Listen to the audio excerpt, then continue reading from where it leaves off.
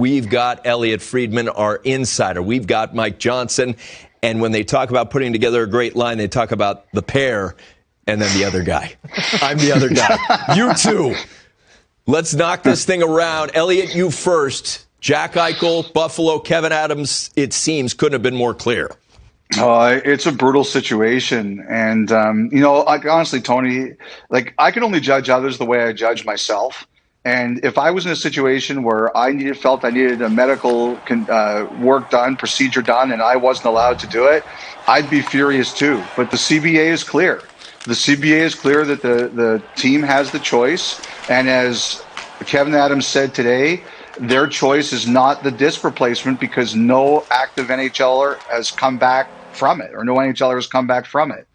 And, at some point, I think the Sabres believed that he could come back without a surgery. Now they recognize that can't happen.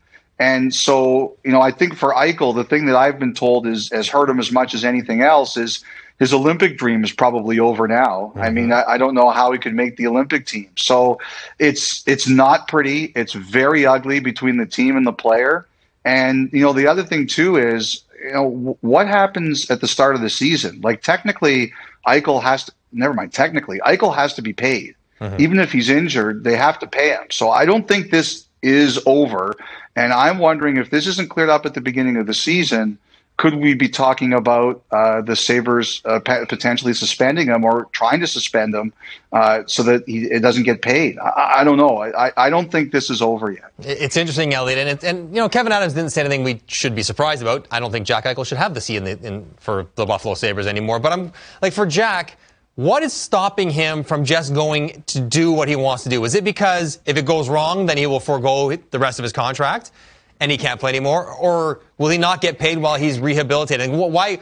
It is still his body. He can go have the procedure if he wants it. Buffalo doesn't have to sign off on it. Where's the downside of Jack Eichel if he just goes and does it? Well, he can be suspended. Without pay? Yeah, of course, yes. Right. And then, and then I don't I've heard various differing arguments over would the contract be terminated or things like that. Nobody's willing to really clarify that to this point to me, but everybody's hoping it kind of doesn't get to that point. I think the best answer, Mike, is he gets traded and another team maybe allows him to do it. Yeah. But, the Sabres made it very clear that they, in their trade talks, they won't trade him as an injured Jack Eichel. They'll trade him as a very healthy Jack Eichel, and that price is very high to them. How are we going to do that, Elliotte? How are you going to trade? He's not healthy. You want healthy value for him, but you're not really agreeing or letting him get healthy. So Kevin Adams is in quite a bind. How? If you had to guess, and at this point we're just guessing. Yeah. How does this? So he gets traded somewhere and they let him do it. That's the fastest resolution. That's the fastest resolution. He gets traded somewhere, and I've been told there have been teams that have indicated they will consider the disc surgery. So I think there are teams out there that will do that, but you have to make a trade first.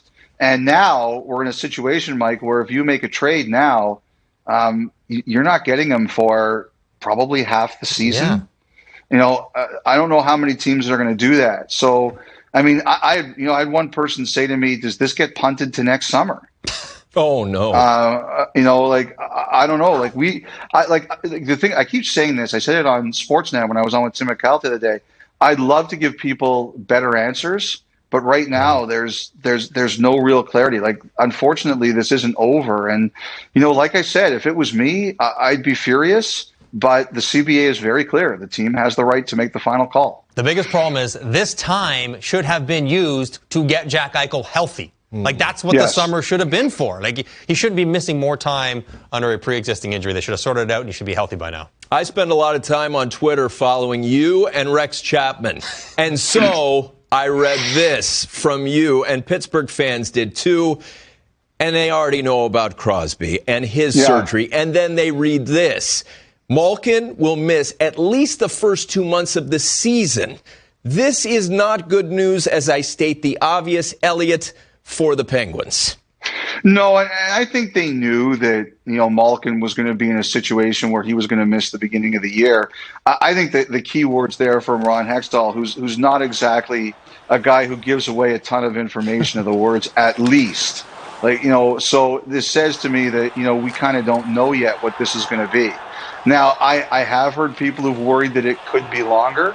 I've heard people say that do not underestimate, like we just talked about with Eichel, that, the Olympics are a big thing for Malkin. I have to say this, guys, just as an aside, I think the Olympics are going to be a huge factor over the first half of the season, because I think there's a lot of players who kind of realize they're on let's assume that they're on the bubble for it, and they're going to come out of the gate shot like a cannon because they're going to want to be there. So I think a guy like Malkin who's injured, I've heard that he would really like to play. So he's definitely putting in the work so he can get healthy. But, I don't think it's a big shock to Pittsburgh and their fans. However, I look at those words "at least," and we're sitting there wondering, okay, what does that mean exactly? Yeah, and in that division, without Crosby for a little bit and without Malkin for a little bit longer, Pittsburgh aging, they're going to be, I say this all the time, they're going to be in tough, and they don't end up being in tough to make the playoffs. But I could see if they miss a significant amount of time, it could be a tricky year. And speaking of tricky situations, Vladimir Tarasenko, very public. I want out. I want to trade. Did not happen. Expansion draft did not get claimed. Now he's back with the boys. Now, in the room, guys will be okay. Like the dressing room is very forgiving for this kind of stuff. But how about his relationship with the organization, the fans? How long can this last for him? Well, you've got the font up there. I thought Tarasenko handled it perfect. Yeah. You couldn't write a better script for a player to come out and say what he said. And this is a bit, Johnny, you've seen this. This is a business relationship now. And the Blues know how Tarasenko feels. Tarasenko knows how the Blues feel. They probably would like to trade him. But there comes to a point where, like basically I heard all summer that it just was an incredibly difficult deal to make. And part of it was that some of the people saw the information on Tarasenko's shoulder and they just said, we're not crazy about what we're looking at here. So the best thing to happen for him right now is to come back healthy, play his heart out and see what that does. The best way you make yourself attractive to other teams is by playing great. And by coming out and saying this today, he did the first step to that. He shows he's got the right attitude. Now he's got to play great. And if he does, either he's going to be happy in St. Louis and they're going to be happy with him, or someone's going to say, all right, we're like what we're seeing. We'll do this. We have footage from Tarasenko from earlier today. Let's check that out. Yeah, I know you start with this one, even asking how was my summer. But everything good, my mindset is good. Able to be with the guys. I have a good relationships with the guys. It's been a weird summer, but it's gonna stay between us and between me and Doug. And I'm here to work. As long as I play here, I will work for 100%. I'm 100% healthy, and come from here. Well, in that sense, pretty well done by Vladimir. And I will say this. Vladdy looks pretty thin in his face. Vladdy's a guy who, when he gets a little thicker, he can show it in his face. He looked like he's in good shape with a smile, good energy. At least he's there. More than we can say about the two guys out in Vancouver. Pettersson and Hughes, when you add it all up and you send a couple guys down, LTIR, Ferland, they have about 15 or so to play with. That's not enough to sign both Hughes and Pettersson long term. What's Jim Benning going to do with these two? I got Pettersson taking a bridge deal just because he has to, because there's not enough money to go around. What's the status of these two important RFAs for Vancouver?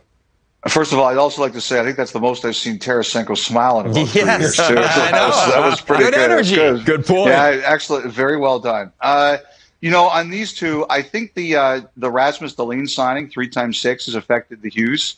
I think Vancouver was probably trying to get Hughes in a little under that. And now I don't know if that's going to be possible. Hughes compares favorably to Dahlin. I think with Hughes, they have talked about everything. I think they've talked about short-term deals. I think they've talked about long-term deals. But I think they were trying to get him in under that 6 number. I don't know if that's going to be possible anymore. So we'll see what that does. Elliot, real quick. That 6 would have to be on a bridge, right? Like on a long-term deal, he's closer to 8, right? Like we're talking 2 or 3 years at 6?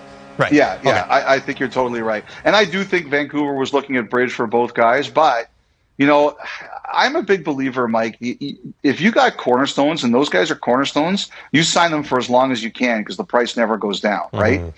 So, if I had to do something else to get those two guys in, I would do it, or at least consider it. Pettersson, I've heard they've talked in a bridge deal, Barzal range, probably maybe a little bit higher. I've heard the Canucks feel that they've gone as high as they're willing to go on a bridge for Pettersson. I got to tell you, though, same deal.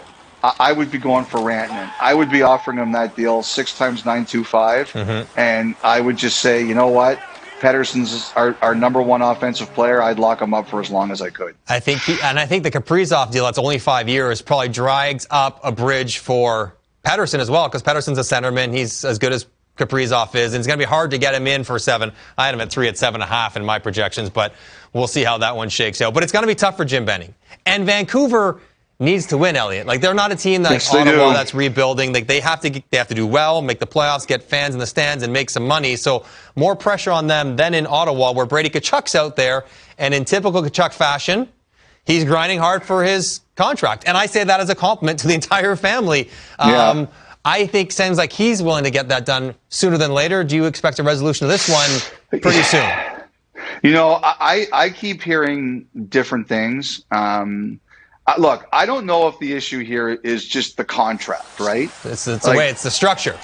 It's the structure. It's the protection. It's I don't think the issue is money. I think it's structure, protection. I think also I think he wants to know. I think he's asked questions just about the long-term future. Are we sure that this group is going to stay together here? This kind of thing. I don't think, I remember when he was drafted, people were wondering, Brady Tkachuk's not going to want to stay in Ottawa. Right. I don't think that's the issue. I think he really likes playing there. I just think, like you said, structure, protection, commitment to the core, all of this kind of thing, I think is a factor. And, I'd heard they talked about some short-term stuff. I just heard the short-term talk really hadn't gone anywhere. And, I think the Senators are kind of hey, we're willing to do a lot here, but we have an organizational philosophy and we're not willing to break that. And when it comes to signing bonuses and things, so, we'll see where it goes here. I think there's I think Vancouver and Pettersson, I think it kind of reached a point where the team has said, this is where we're comfortable going, and we'll see if anything moves. There is movement in terms of a point of emphasis. The NHL talking about cutting down and really being more diligent about enforcing cross-checking. Finally. What's the message there? Finally! 20 years too late. Yeah, we knew, John. You were probably the worst. You would go into the corner and give that guy that shove in the back in that unprotected area. Whenever you were probably the king of that little move. Yeah. You know what? I don't know if you have it in the pack here, but the one that I think really ended all of this was Pelech on Kucherov in the playoffs. Right. And I know that one of the things that they initially in the moment, Kucherov has a reputation as an embellisher, and people said, well, how do we know he isn't diving? Well, then we found out that the guy had a pretty significant injury. So I think those are the kinds of cross checks they're really going to go after. But I wonder if we're going to have with the slashing. I wonder if we're going to have a situation here where basically early in the preseason, every cross-check is called just to get it into everybody's head. Yeah, I'm wondering too, Elliotte. I think back to the 04 work stoppage. We came out of there with the hooking and holding, and that did bleed into the season, where for about three-quarters of the season, there was 7 or 8 hooking penalties every game. I hope they have the gumption to stick with it, to try to really curb the behavior, because it's a default behavior now. Everyone just leads in with their stick no matter where guys are at. So I hope they stay with it longer than just give it the preseason games, then we'll get back to whatever normal is in the regular season. Elliotte Friedman, as always, phenomenal intel. Thanks for joining us. All right, guys. Have yourselves a great night.